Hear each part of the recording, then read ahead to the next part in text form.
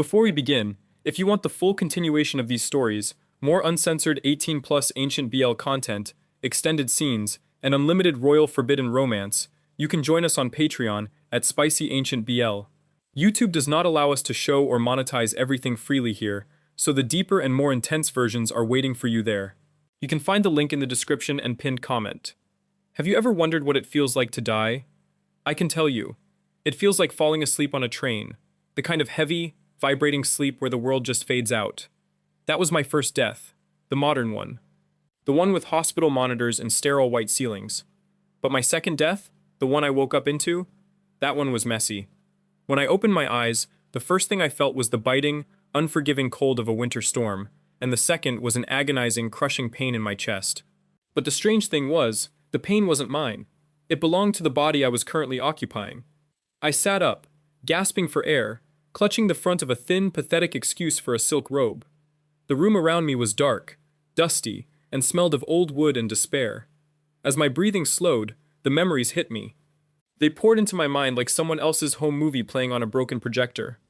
The body I was in belonged to Lord Shen An, a beautiful, delicate, and deeply tragic young nobleman.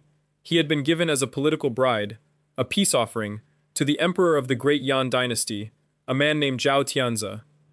The original Shen An had fallen madly, hopelessly, ruinously in love with the Emperor. He had spent 3 years chasing a man made of ice. He had baked pastries that were thrown to the dogs. He had knelt in the snow for hours just to catch a glimpse of the Emperor's palanquin. He had wept, begged, and stripped away every ounce of his own dignity, just hoping for a single glance of affection. And what did the Emperor do? He banished him to the northern cold palace, a forgotten, rotting courtyard at the edge of the imperial grounds, to let him freeze to death. And freeze he did. The man who loved the Emperor died on this dusty floor, choking on his own tears, clutching a frayed ribbon the Emperor had once dropped by accident. I looked down at my hands. They were pale, trembling, and freezing. I gently unpried the fingers of my right hand, took the dirty ribbon, and tossed it into the dying embers of the brazier. "Rest in peace, Shen An," I whispered into the quiet room. "You loved a monster, and it killed you, but I am not you, and I don't love him." I am a pragmatist. In my past life, I was a historical archivist. I dealt with facts, paper, and logic. I didn't deal with messy, screaming human emotions, and I certainly didn't deal with toxic romances. I spent the next 3 weeks transforming the cold palace. The original Shen An would have sat in the corner and cried until he starved. I rolled up my sleeves. I found an old servant named Lin who had been left behind to watch me rot, and together, we cleaned. I patched the holes in the paper windows using rice paste. I chopped my own firewood from the dead plum trees in the courtyard. I found a rusty pot, scrubbed it with river sand, and learned to boil water over an open flame. I stopped wearing the heavy, elaborate, restrictive court robes that the original Shen An had favored. I found a chest of plain, unbleached linen and wore that instead, tying my hair back with a simple strip of cloth. For the first time in 2 lifetimes, I was completely, beautifully alone, and I was happy. But in a palace, happiness is a loud noise. And people always come to investigate the noise. It started on a Tuesday. The rusted gates of the cold palace groaned open, and a procession of eunuchs walked in, their silk robes dragging across the dirt I had just swept. At the front was the head eunuch, holding a scroll of yellow imperial silk. I was sitting on the wooden porch, drinking hot water infused with pine needles because I had run out of tea. I didn't stand. I didn't kneel. I just watched them. "A decree from His Imperial Majesty," the eunuch announced, his voice carrying that specific kind of aristocratic sneer. He expected me to throw myself at his feet. I took a sip of my pine water. "Read it." The eunuch blinked, clearly thrown off by my lack of begging, but he unrolled the scroll. "The consort Shen An, having displayed jealousy, incompetence, and a fragile temperament, is hereby officially stripped of his royal titles. He is demoted to a commoner, his marriage to the Emperor dissolved. Sign the royal edict to acknowledge your shame." The eunuch lowered the scroll, looking at me with pity. He was waiting for the tears. He was waiting for me to scream, to collapse, to beg for an audience with the Emperor. I set my cup down. I walked over to him, my bare feet quiet on the wooden floorboards. The eunuch flinched slightly as I approached. I held out my hand. "Do you have a brush?" The eunuch stared at me. My lord?" "A brush," I repeated pleasantly. "I can't sign it with my finger, can I?" A trembling junior servant handed me an ink brush. I took the heavy silk scroll, pressed it against the wooden pillar of the porch, and signed my name. Not the ornate flowery calligraphy the original Shen An used. I used my own handwriting. Sharp, efficient, and final. I handed it back. There, is that all? My water is getting cold. The eunuch looked at the signature, then up at my face. I could see the sheer, unadulterated shock in his eyes. He had come here to execute an emotional execution, and instead, he had been handed a piece of paperwork by a man who looked like he was annoyed at being interrupted. His Majesty expected, the eunuch stammered. His Majesty can expect whatever he likes, I said gently, turning my back to them. The door is behind you. Please close it on your way out. The draft is terrible. I went back to my tea. I didn't look back. I didn't know it then, but that was the exact moment the game changed. Because if there is one thing a man who has everything cannot stand, it is a sudden, unexplainable absence of the thing he thought he owned. 3 nights later, the Emperor came to the cold palace. I was awake. I don't sleep well in the rain. The roof of the pavilion was leaking in the far corner, and I had placed a ceramic bowl there to catch the drops. The rhythm of the water hitting the clay was the only sound in the room, steady and grounding. I was sitting at my low wooden desk, reading a torn medical manual I had found in the servants' quarters, a single candle flickering beside me. The door didn't creak open. It was pushed open with a quiet, terrifying authority. The wind blew the rain inside, making the candle flame dance wildly. I looked up. Zhao Tianze stood in the doorway. I want you to picture him. He was a man built for war and draped in gold. He was tall, his shoulders broad under a cloak of dark, rain-soaked fur. His hair was half-tied, wet strands clinging to a face that looked like it had been carved from marble by a sculptor who didn't believe in mercy. His eyes were dark, a deep, bottomless black, and they were fixed entirely on me. In the memories of the original Shen An, the sight of this man caused a violent, frantic joy. In my chest? Nothing. Just a mild annoyance that he was letting the rain into my house. He stepped inside. He didn't speak. He walked slowly across the room, the heavy tread of his boots echoing against the floorboards. He stopped in front of my desk, towering over me. The scent of him filled the small space. Sandalwood, cold rain, and the faint, metallic tang of an iron sword. It was an overwhelming presence, a gravity that demanded everything around it to orbit him. I looked at him calmly. I placed a bookmark in my manual, closed it, and folded my hands on the table. You're blocking my light, I said. The Emperor stopped breathing for a fraction of a second. It was a microscopic reaction, but I saw it. His jaw tightened. You signed the decree. His voice was deep, a low rumble that resonated in the chest. It wasn't a question, it was an accusation. I did, I replied. It seemed like the logical thing to do. You wanted me gone. I wanted to stay alive. The paperwork formalizes the arrangement. I thought you would be pleased. Tianze stared at me. He looked at my plain linen robes. He looked at my hair, tied back with a piece of string instead of the gold ornaments I used to wear. He looked at the ceramic bowl, catching the rain in the corner. You are not crying, he observed, his voice narrowing into a dangerous whisper. Would you like me to? I asked, tilting my head. I could probably summon a few tears if it pleases the crown, but it feels like a waste of energy for both of us. He leaned forward. He planted both his hands flat on my small wooden desk, leaning his massive frame over me. Suddenly, the space between us was gone. I could feel the heat radiating off his body, contrasting with the cold rain on his cloak. I could see the stray drop of water sliding down the sharp line of his jaw. His eyes searched mine, looking for the desperate, pathetic boy who used to worship the ground he walked on. He was looking for the ghost of Shen An. But I looked back at him with the cool, unbroken calm of a stranger. Who are you? Tianze whispered, the words slipping out as if torn from his throat. I am the man you divorced, I said softly, not breaking eye contact. Now, if your majesty is finished haunting my courtyard, I would like to go to sleep. For a long, agonizing moment, he didn't move. The tension in the room was so thick it felt like you could cut it with a blade. My heart beat steadily, but I could feel the strange, dangerous magnetic pull of him. It was a physical weight. The original Shen An's body remembered this man's touch, but my mind rejected it. The conflict between the body's memory and the mind's indifference created a spark in the air that was deafening. Slowly, Tianze straightened up. He looked at me as if I were a puzzle he suddenly realized he didn't know how to solve. He turned and walked out into the rain. He didn't close the door. I stood up, walked over, and shut it myself.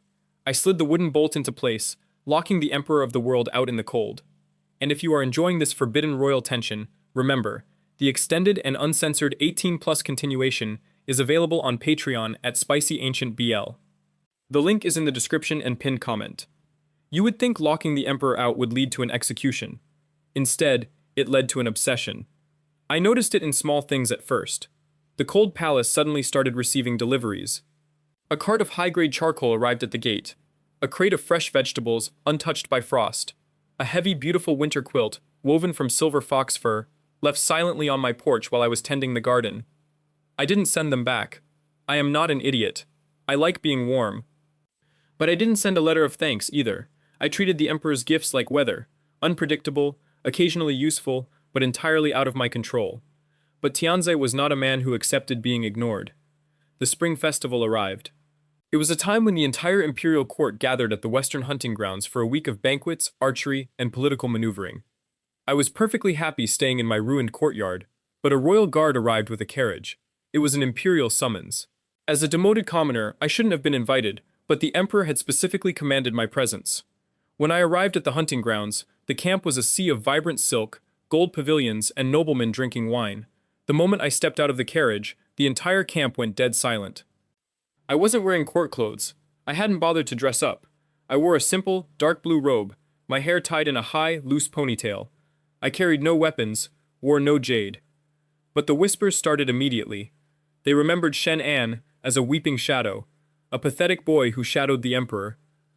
They didn't know the man who was walking through their camp now, looking at them like they were nothing more than interesting exhibits in a museum. I was seated at the very end of the lowest table, right near the edge of the forest. It was an insult, meant to humiliate me.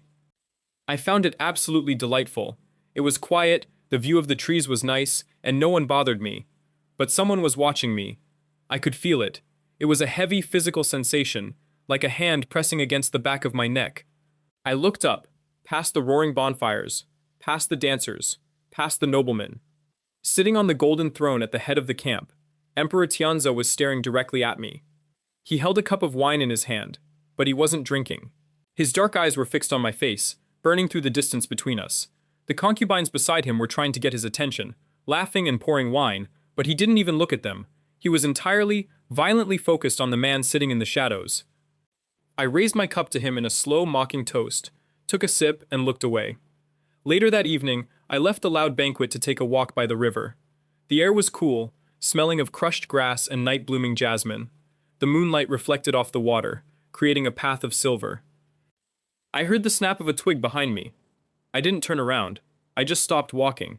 If you are an assassin, you should know I have no money, and killing me won't change the political landscape. If you are the Emperor, you're stepping too heavily on your left foot.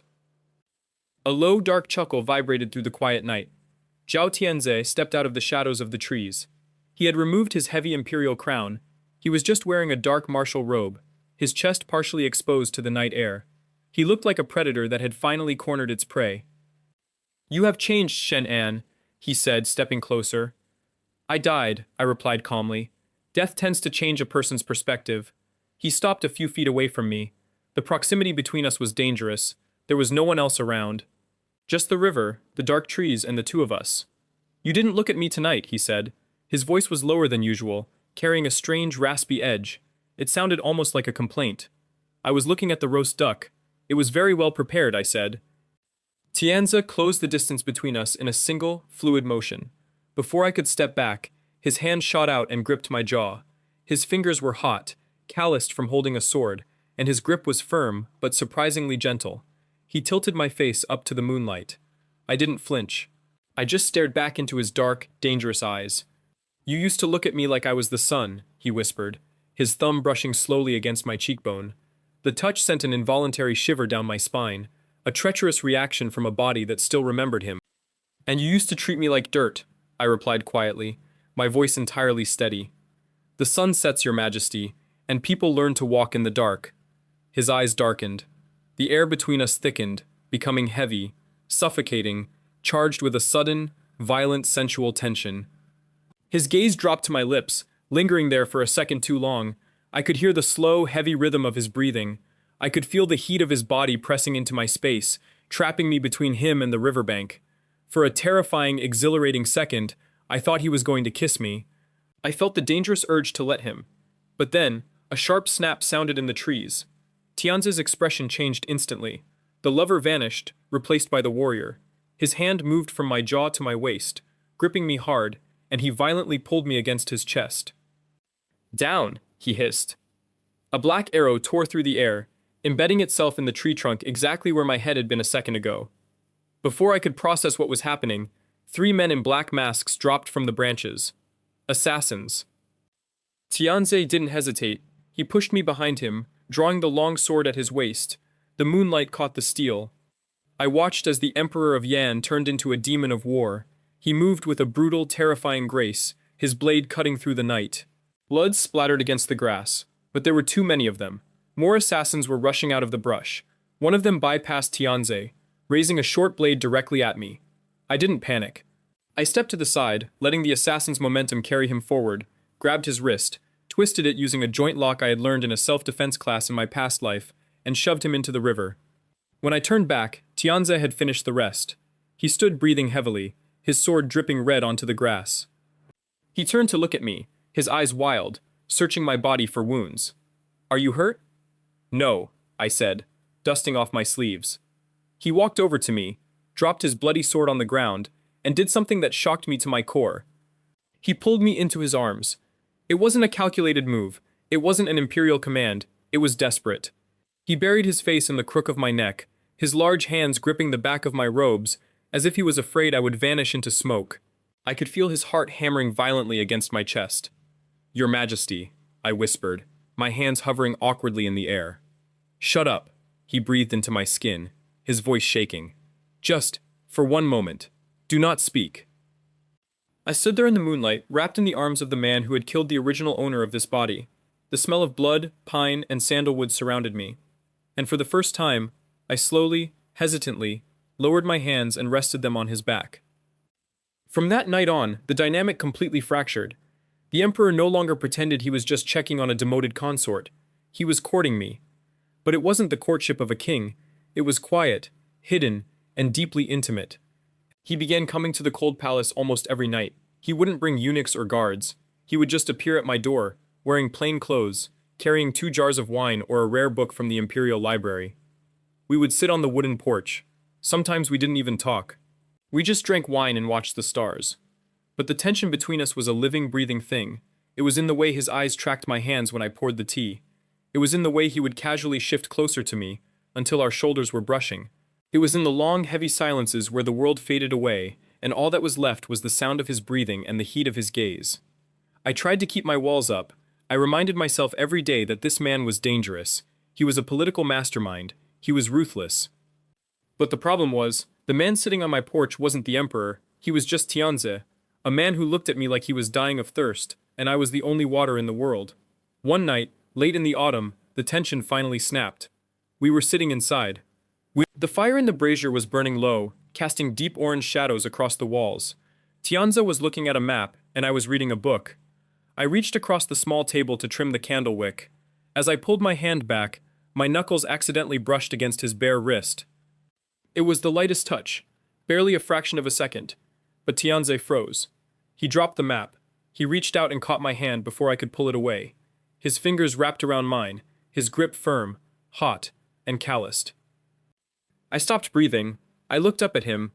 His eyes were entirely black in the candlelight. The mask of control he always wore had completely shattered. He looked at my hand, his thumb slowly, deliberately stroking the sensitive skin of my inner wrist, right over my pulse. My pulse spiked wildly. There was no hiding it. He could feel it beneath his thumb. "Your heart is racing," he whispered, his voice dark, rough, and dripping with raw desire. "I have a heart condition," I lied, my voice betraying me by trembling slightly. "Liar," he murmured. He didn't let go of my hand. Instead, he stood up, stepped around the low table, and knelt on the floor beside me. The Emperor of the Great Yan Dynasty, a man who bowed to no one, was kneeling beside my chair. He looked up at me, his eyes burning with an emotion so intense it actually terrified me. "I don't know who you are," Tianze said softly, his voice breaking. "The boy I brought to this palace is dead. I killed him with my own pride. I know that. I have to live with that." He lifted my hand and pressed my palm against his cheek. His skin was burning. But the man looking at me right now, he swallowed hard, his eyes shining with unshed emotion. The man who rebuilt this ruined courtyard. The man who looks at me without fear, the man who drinks bitter pine water and fights assassins in the dark. He turned his head and pressed his lips softly, desperately, to the inside of my wrist. A jolt of pure electricity shot up my arm, settling heavy and hot in my stomach. I cannot breathe without you, Tianze whispered against my skin. I am drowning, Jian. Look at me. Please, tell me you feel it too. I looked down at this massive, powerful, dangerous man kneeling at my feet, stripping his soul bare in the candlelight. The archivist in me screamed to run. The logic told me this was a trap, that emperors don't know how to love, they only know how to consume. But my heart, the heart inside this chest, that I thought was completely dead, it was beating so fast it hurt. I slowly pulled my hand from his grip. Tianzi's eyes widened in panic, thinking I was rejecting him. But I didn't pull away. I moved both my hands up, threading my fingers into his dark, heavy hair. I felt him shudder violently at the touch. I tilted his head back, forcing him to look at my face. If I let you in, I whispered, my voice thick with warning and a desire I could no longer hide. You don't get to be the emperor in this room. In here, you are just a man, and if you ever break my heart, I won't freeze in the snow. I will burn your entire palace to the ground. A slow, devastating, beautiful smile spread across Tianze's face. It was the smile of a man who had finally found the one thing in the world worth dying for. Burn it, he whispered, his eyes dark with obsession. Burn it all, as long as you stay with me. He surged upward. His large hands gripped my waist, pulling me off the chair and down onto the floor with him. The world tilted as my back hit the soft rugs. He hovered over me, his broad shoulders blocking out the candlelight, his weight caging me in. I looked up at his face, feeling the intense, overwhelming heat of his body pressing against mine. The smell of sandalwood and rain filled my lungs. He reached down, his fingers gently tracing my jawline, his eyes locked on my lips. Are you mine? He whispered, his voice trembling with a desperate, hungry possessiveness. I reached up, grabbing the lapels of his dark robe, and pulled his face down to mine. Show me, I breathed. And as his lips finally violently crashed down on mine, the entire world outside the cold palace simply ceased to exist. If you want the next part, the uncensored continuation, and more unlimited 18+ Ancient Royal BL stories, come join Spicy Ancient BL on Patreon. The link is waiting for you in the description and pinned comment.